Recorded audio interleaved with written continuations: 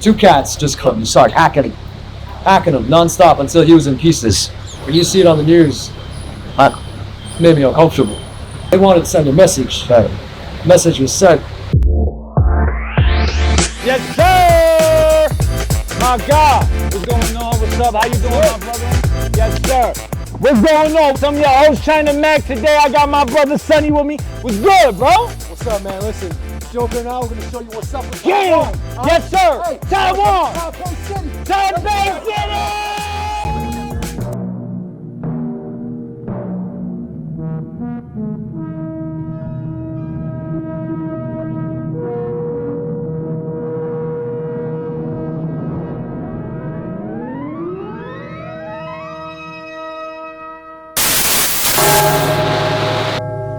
Taiwan. Some call it the heart of the East, with modern cities and majestic nature. But in the shadows of Taiwan's bustling cities, another world thrives. Criminal gangs are alleged to be influencing certain officials in Taiwan. Today, we're about to learn more about the underworld of the Taiwanese Triads. My boy Sonny, who has deep roots within the Taiwanese underworld, is going to let us get a closer glimpse of their world and how they're organized. A celebrity in his hometown of Taiwan, starring in various movies, he will share never-told-before stories about the underworld of Taiwan. So where are we right now, bro? So we're in Datong district. That was Confucius Temple, so we have to pay our respect.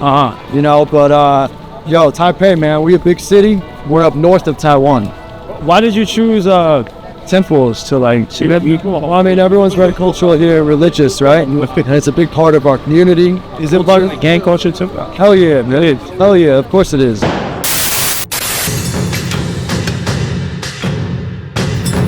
So how did the Triads start in Taiwan?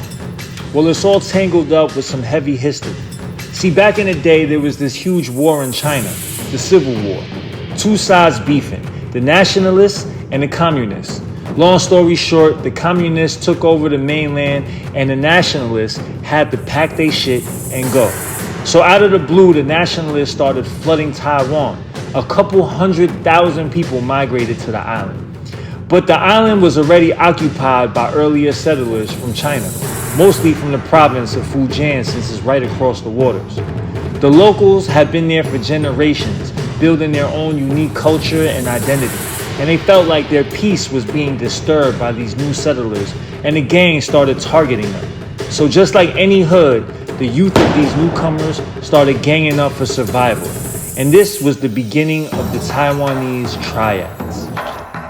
Taiwan, a lot of people call it like the Sicily of Asia. Sicily, Wow, yeah, you know? Well, I mean, gang culture, mafia, triads, everyone. But it's also assimilated into the community where it's kind of accepted.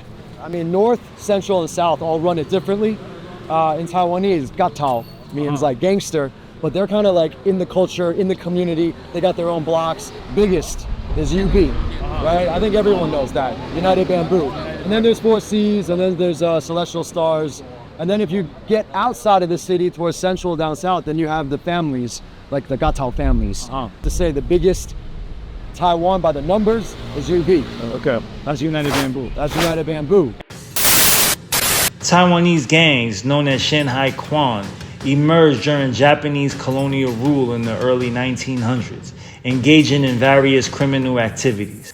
When the Kuomintang took control after World War II, gangs persisted despite the government crackdowns. In the 1970s, the powerful United Bamboo Triad, made up of the youth of Chinese nationalists, emerged, while the Heavenly Way Alliance absorbed local factions, increasing gang rivalries. The 1980s saw the rise of the Four Seas gang and the widespread gang influence in politics and businesses. This prompted government crackdowns as gang violence escalated. United Bamboo, considered the largest of the three main triads in Taiwan, the United Bamboo is estimated to having roughly 20,000 members. Four Seas Gang, reported to be the second largest gang in Taiwan. Heavenly Way Alliance, Exact figures are not publicly available, but it is considered one of the major criminal organizations in Taiwan. Song Liang Gang, known to be a prominent gang with a notable presence in Taiwan's criminal landscape. Celestial Way Gang and Flying Eagle Gang. These are considered newer gangs compared to the others, however, they are recognized as influential groups within the Taiwanese underworld. So like right now, I'm seeing like people interacting. They're not really scared of this. Like it's not like people are like, you know, really like bothered by this group. So is it like, do people fear the gangs here, or do the gangs just do their own thing and they know that it's not really going to bleed into the civilians type shit? Well, I mean, hey, there's always like collateral damage. There's always like things that get fucked up, right? But, you know, the culture here, you know, everyone won't think it's weird if you got all these traditional style tattoos. Right, that's what I'm saying. Like, you know, like it's been a part of this culture. it's been a part of it. Yeah, I mean, tattoos, this kind of style tattoos goes way back, man, in Chinese culture, like over 1,000 years. Like I'm getting to feel like the gangster culture is also involved with things outside of normal gangster. Oh yeah, man, listen, like, dude, a lot of politicians were doing time. For real. Yeah, that's why I said it's like Sicily and Italy, man. It's like, Cause I've been seeing like the news, and then you'll see like the politicians all in the like choking, and then the fight will break out. Oh hell yeah, yeah. I ain't gonna drop names or nothing, but listen, dude, over the past like what 2-3 decades, at least like I think it's like 10-15 like politicians, man. Like, dude, so many G's, man. But here I'm getting the feeling like it bleeds into everything. Like you really can't escape that. Nah, man, entertainment, music, like even KTVs, right? All the nightclubs, the massage parlors, the saunas. I mean, honestly, even you get like these stores, like the mom and pop shops, man. Are they like being extorted and shit? I don't think they're extorted, but they're well protected, right? They all know someone, and even if, like, let's say they got an issue with someone else, they'll just call up like the gangster or the cartel that they know, and they'll try to like mediate. Right. So that's what I'm saying, man. But Taiwan's different. Extortion, I mean business protection, is offered from the Triads, targeting small businesses all the way to wealthy individuals. But if the business or individual do not agree, well, the consequences are usually threats of violence or harm, blackmail, damage to property or reputation, forced debt collection, cyber extortion, or even kidnapping and ransom. I feel like a lot of people like deported back from America over here in Taiwan because of whatever. Do we have? You mean like if they fuck up, like in America and they come back here? Like, yeah. Big population. Yeah, there is. Right. And then also if they come back and they get down, you know, they can always just fly away again, go somewhere else. Like let's say like Vietnam, Philippines, Burma, Thailand. You know, they hide out, or China, or whatever. Yeah, is it like a must that you have to like really get down with somebody out here, like growing up, coming up? I mean, that's a good question. My family was, so that's how I knew everyone. Right. And when I came back, well, I mean, I grew up in New York too, man. You know, New York. So that's how we link up. Exactly, and that's why we got that attitude, right? Yeah. But when I came back, you know, I was a little troublemaker, but I would get in trouble, and then, you know, I have to be honest, like all the uncles in UB, they protected me, man, because we were ABCs, right? American-born Chinese. So, you know, we talk, we fly, we get all the girls, right? And we speak English, so we'll get picked on by the local. All the pussy. Yeah. You gotta be protected. Hey, I'm a married man now. I'm a father now, but back in the day. Back in the day. Yeah.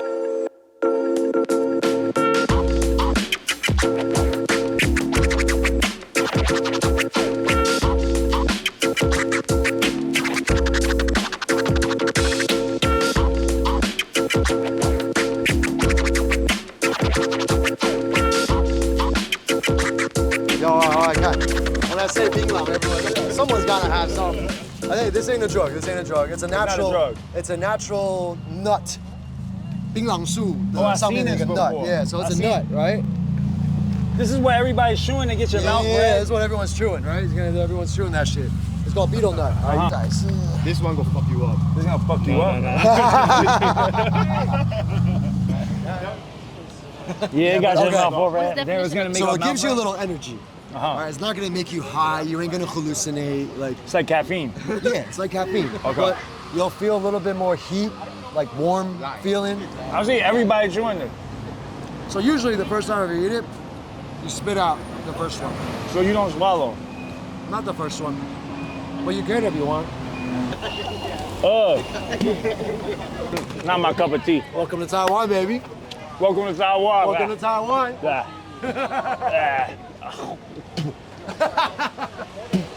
He's puking and shit.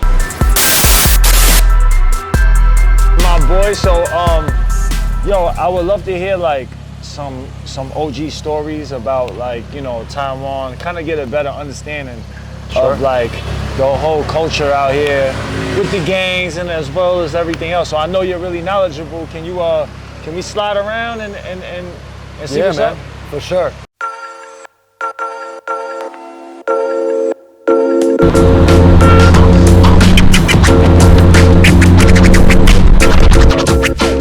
What's up there? No doubt. So when y'all say company, like, is it like really a company?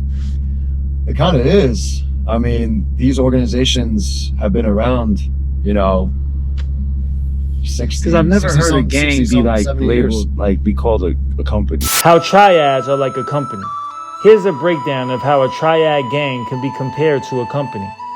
Hierarchy structure. A company typically has a CEO, followed by various levels of management and then employees.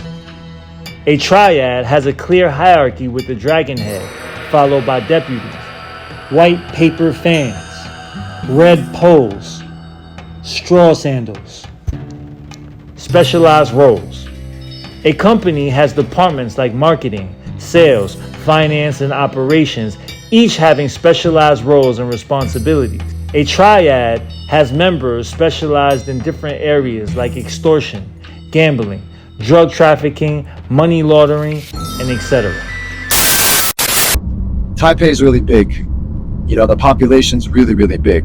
There's a lot of regions, a lot of districts, a lot of territories for them. So, but in Taipei City, it's kind of like if you run Manhattan and all of Manhattan. You know, so UB basically runs all of Taipei City. So they run in like the big businesses and the big businesses, they do. They're definitely in contact and also partners with a lot of the big businesses, but usually it's 4Cs. 4Cs, they're more like the suits. okay. You know, they cleaned up a little bit earlier than UB, but UB is still more powerful in terms of numbers, in terms of like just street cred. So it's 4Cs, the street gangs as well? They all started off as street gangs.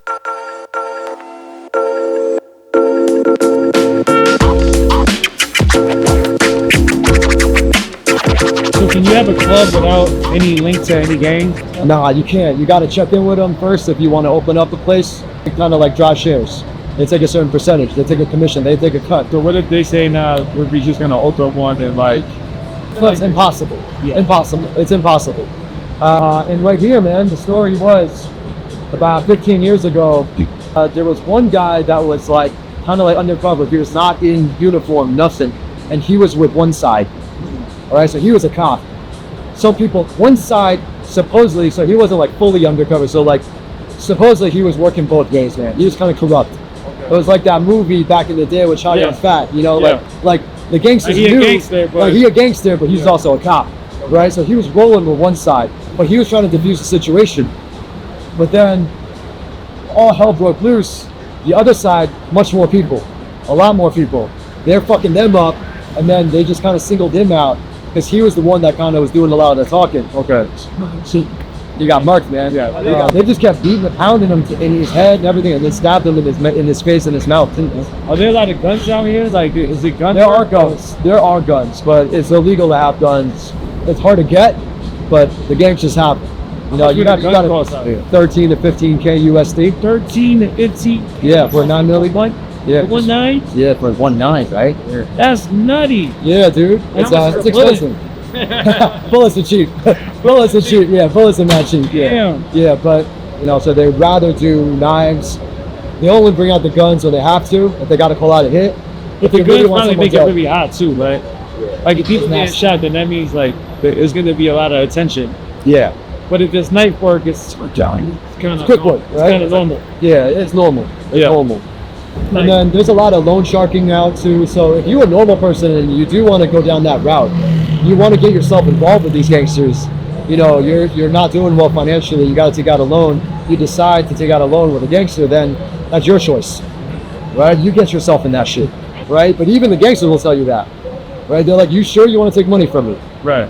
Interest is high, and if I'm gonna come collect, you better fucking pay up. And if you don't, Lights out, buddy. Have Yeah, a good like- night.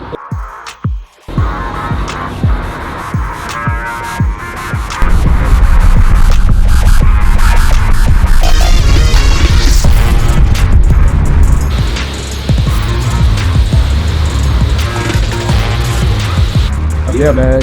So What's this right here? I see it. right here, man, What went literally, that's the OGs of the old faction wanted to send a message to the youngsters of the new faction that was rising, right? So they had heard that there was this one rising lieutenant right over here with his girlfriend. They caught him off guard. So they decided to send two guys with big ass machetes. right here? Right around there, man, just right here. And literally, broad daylight, Mad people around. normal day, man, just like now. People walking around, like people chilling. Yeah, normal day, man, right? So this guy thought that he would be safe here. Just chilling. He's chilling. He's taking his girlfriend out. Yeah. Cup of tea, Right. right? Two cats just come, literally, just come up to him and start hacking him nonstop until he was in pieces. He died on the spot. When you see it on the news, it made me uncomfortable. They censored that out, but it was just blood everywhere, man. Pieces of him, just everywhere. Like a leg over here. Dude, they wanted to send a message. Message was sent.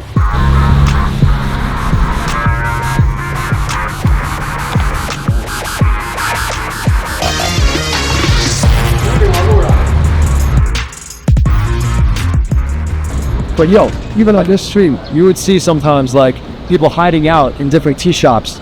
Let's say me and you, we get into it, right? And I'll be like, yo, I'm gonna call you up. You want a piece of shit out? Yeah, all right, so we come here, but then I ambush you. And like people with machetes will come out, like hacking each other up. And dude, You see like a bunch of Taiwanese gangsters. yeah, like just like in the movies and shit, right?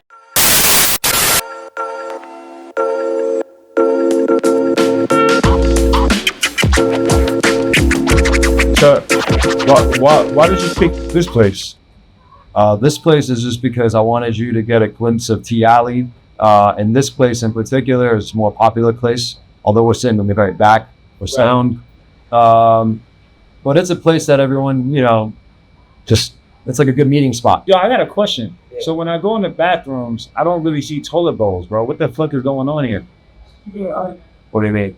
Hey, why is there a slit on the floor instead of a toilet bowl? You mean like, oh, you mean there's like, it's just on the floor? It's probably because it's an old school place. It's an older place. The newer place. So what are you supposed to do with that? Pop a squat. Taiwanese. Yeah, it is Taiwanese. Yeah. What are they doing? This is beef. This is beef intestine. Beef and y'all like that? Oh yeah. Yeah, they like pig or we like pig and beef intestine. Yeah. Dig in? All right, we have an intestine of some sort. You got, you know, We're Chinese. Not bad. Chewy. it's very chewy. I mean, it has this taste where it's like kind of like. You ever had chitlins before? Yeah. That's what it is. Chitlins. Beef, egg, sauce with the right. It's like heavy on the sauce too. It's a little heavy on sauce. Let's try it. Yeah. So this is more Taiwanese, Japanese style. What's that? 1, 2, 3. Because Japanese. What's the Japanese like influence in it? Well, back before the KMT came, there was a huge Japanese presence in Taiwan for a long time. So the Taiwanese culture is very much intertwined with the Japanese culture. You know, from sushi, you know, from traditions, religion, like everything. Even the way the alleys are set up. So next time you do go to Japan, the first thought will probably be like, yo, it's coming to Taiwan. Japan's influence of Taiwan. Japan colonized Taiwan in 1895 after the Chinese lost the First Sino War to Japan. Before that, Taiwan was ruled by the Qing Empire. During this period, Japan modernized Taiwan's infrastructure by building railroads, hospitals, and schools.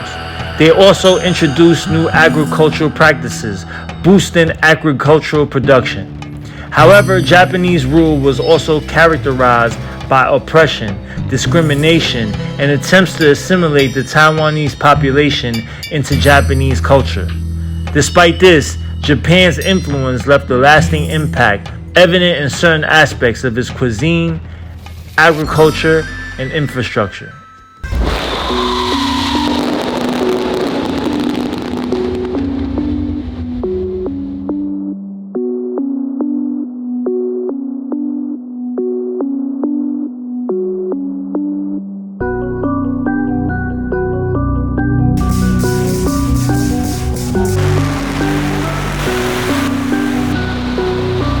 Drums and the chanting in the festival were intense, way more intense than anything back in New York. Even though I'm Chinese American and have family ties to the Triads back home, this whole thing in Taiwan was on another level. The festival wasn't just about religion, the gangs were really involved. I only seen Taiwanese gangsters in movies before, so it was wild to be right there in the middle of it all. It felt like a movie, not real life. These guys were so much more organized and powerful than the Triads I knew back in the States. They were rich, respected, and everyone knew who was in charge. The Buddhist festival wasn't just about religion. It was about showing how strong these gangs were. It made me rethink everything I thought I knew about organizing.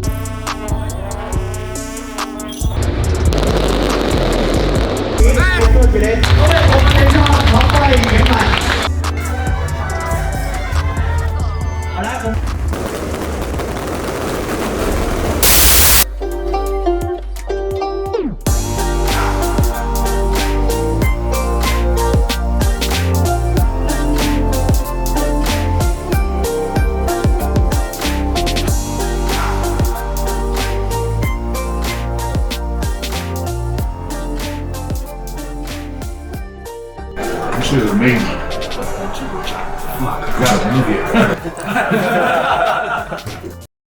Alright, so bro, like, where did we just come from? Alright, so we were just in Xinzhuang Da Bai Bai. The whole community's out. Everyone is out. Right. There's a parade. You saw like what's going on. Loud, like drums, like firecrackers, like everything, like It's everything. like going Chinese off. New Year. Yeah, it's kind of like Chinese New Year, but basically, all the different temples of that whole entire city or the area, they come out in force, also with the whole community, and they're just kind of paying their respects, also doing dances, you know, like you see like different performances, just kind of like paying their respects to show everyone. But as you can tell, dude, there's a lot of gangsters there. Right. A ton of gangsters. Right. And a ton of cops. Right? The cops are there just to make sure like everything's peaceful. All right. But the guys that we were with, you know, they're kind of like the head of Xinzhuang. They're the most wealthy, they're the most powerful, but they also give back to the community. So as you can see, all the dances and all of like the shows, Right. that all the smaller temples and the smaller crews that were coming through, they were kind of paying their respects to them. Right. You know, they protect the temples, but also it creates peace and balance. Right. You know, they do their thing, but everyone kind of knows, and they give them their respect, and then they give money back too to the community. They put on these shows. Who's paying for the firecrackers and the fireworks? They saw that was like 3 levels up high, right? Like they're the ones paying for it. Right. So all the expenses with all this shit with the parades, they're paying for it. They're also trying to give back in a way. Right. So for them, they feel like they're doing a good deed for the community, for the temple, for the culture, right? So I guess maybe because I don't know what bad shit they do, but they're trying to balance everything out. That's how it is.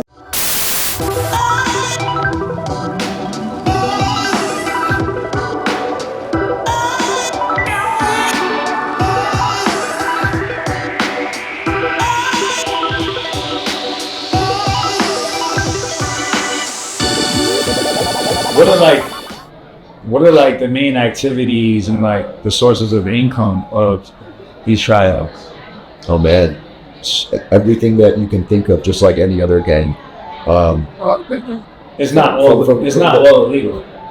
It's not all illegal. Yeah, I mean the illegal stuff. I mean, drugs, Obviously. sex, right? Like illegal gambling. Right. You know, Extortion. They run all the clubs, the bada, we call bada, the entertainment, everything to do with nightlife entertainment. Right. They'll get their hands in, like online gambling or illegal online gambling, as well as scams, like those scam calls. Right.